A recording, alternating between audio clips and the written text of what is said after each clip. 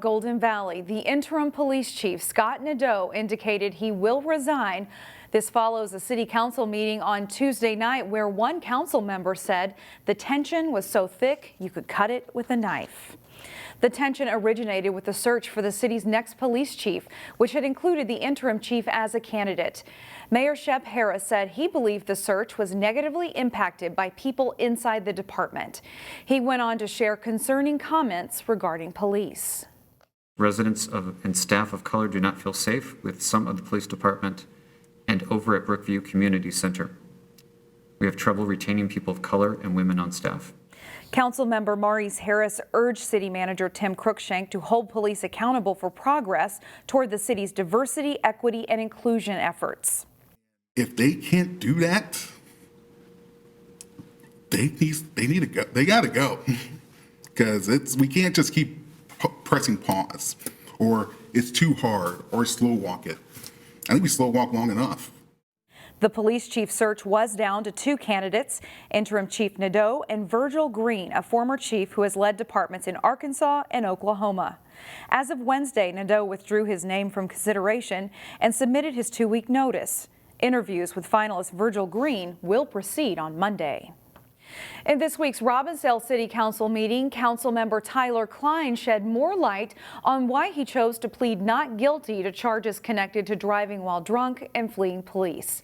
Back in January, KLINE drove the wrong way on Highway 100 and did not stop for police until officers rammed into his vehicle and forcibly removed him from the driver's seat.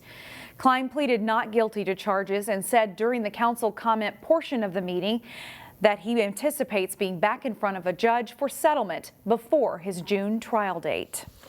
As part of the process, and at no point have we in front of anybody try to deny, the, recklessness of my behavior on that day. CCX News has also obtained a redacted investigative report that sheds further light into alleged workplace conduct violations by a sitting Brooklyn Park City Council member. The report alleges that Councilmember Boyd Morrison engaged in some level of unwanted physical contact with a female city employee. That alleged contact included Morrison whispering in the employee's ear and touching her shoulders and neck in a way that made her feel uncomfortable. The report also accuses Morrison of trying to silence and intimidate the alleged victim. An independent investigation into the matter has begun. So far, the report states that Morrison has not cooperated with the investigation unless certain demands are met, including that he's given the name of the person who filed the complaint. CCX News has not heard from Morrison in an attempt seeking further comment. A Brooklyn Park man has been sentenced to prison after pleading guilty in a sex trafficking case. James Williams, who also goes by the name James Walton, pleaded guilty to a case in Washington County after admitting to trafficking a 29-year-old woman for sex. An undercover sting operation had arrested Williams in Woodbury.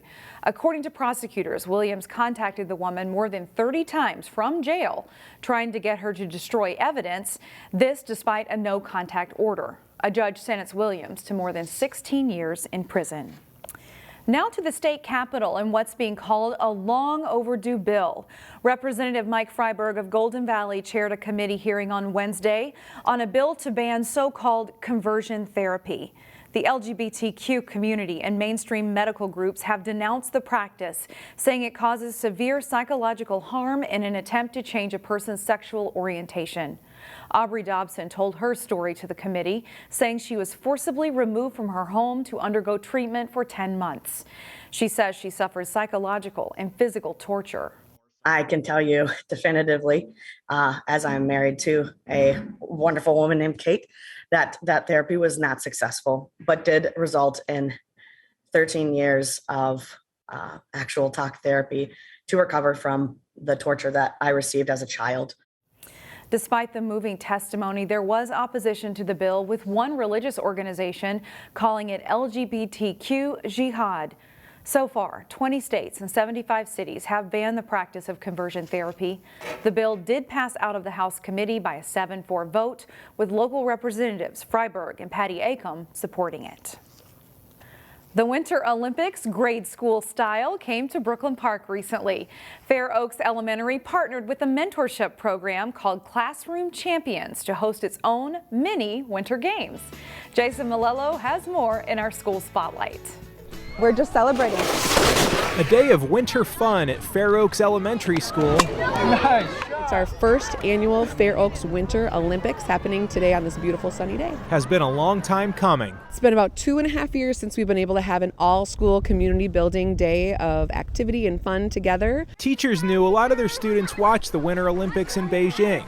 I really wanted to do Olympics, but I didn't really think we would do it at school. So the entire school worked together to create a variety of Olympic events, including hockey and luge. It went pretty slow, but it was still fun. The festive atmosphere also included sled races and a dance party.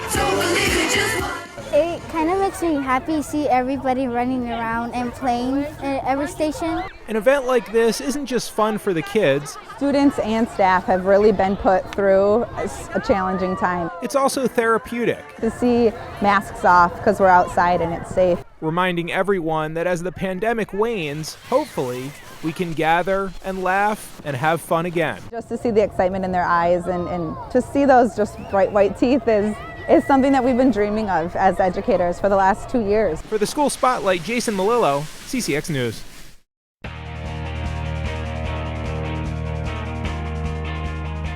The Cooper boys basketball team edged Benilde-St. Margaret's by 4 points in their first meeting. The rematch was another thriller. Cooper pays a visit to Benilde-St. Margaret's in Metro West boys basketball. Early in the game, Davion Evans knocks down a three for Cooper. Evans scores 16 before fouling out. Kenneth Ward pops a three from the right side as the Hawks go in front 22-16 in a defensive battle. But Benilde goes on an 11-0 run.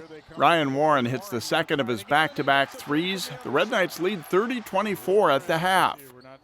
Second half, and Maddox Alapati drives and scores, plus the foul as Benilde extends their lead. Cooper fights back into it, though, and off a missed free throw, David Connors gets the rebound basket to pull the Hawks within two late. But Warren seals it with a layup. The Benilde seniors beat Cooper for the first time. 71-67 Red Knights is the final. Armstrong and Maple Grove met in boys basketball in what turned into a record-setting night for one player. Jason Malillo has the highlights. Penultimate game of the regular season for the Crimson and Falcon boys. Matt Hossman strokes back-to-back three-pointers for MG to start the game. The senior would have a night to remember. Armstrong freshman Desmond Ware triples, and the Falcons are up 13-8. Derek Jamison slick pass to Hossman, and he banks another money ball. Jamez Garner, nice dime to Peyton Newbern underneath. Armstrong maintains its lead. Then Owen Scram hits a three, and the Falcons are up 8. But Grove chips away, and Hossman nails 6 three-pointers in the first half. Crimson leads 35-30 at the break. Armstrong's Seth Newbern explodes to the goal and scores early in the second half. Hossman answers with a three from way behind the arc. That was number 7. The school record is 8. And a short time later, Hossman catch and fire 3, and he ties the single-game record for threes. Raul Vidia drives right down the middle and finishes for Grove. They're up a dozen. Peyton Newbern slashes to the basket and scores with the left hand. 18 in the game for the Falcons senior. The story of the night, though, is Hossman, standing basically on the sideline, but why not? That's number 9, and he sets a new school record. 31 points total in the game for Hossman, and Grove wins 80-65. My teammates on the bench were reminding me, like, hey, one more, like, let's get the 3 here. And I was like, all right, might as well. You know, it's like you just kind of go with the flow of the game, and if it happens, it happens, and it's awesome to have. It's section championship week in boys hockey. Maple Grove plays for the Section 5AA title Thursday. If momentum matters when it comes to playoff hockey, the Maple Grove boys are in a good spot. They'll play Rogers for the Section 5AA title after one of their best showings of the season Saturday in a 6-0 win over Centennial in the semifinals. I was extremely happy with how we played Saturday. Boys came firing on all cylinders. Bounces were coming our way. Bodies were flying. Just couldn't ask any more from the boys. Yeah, I would say Saturday is one of our better games of the year. I think, everyone was kind of doing their part, and I think that's what led to our success.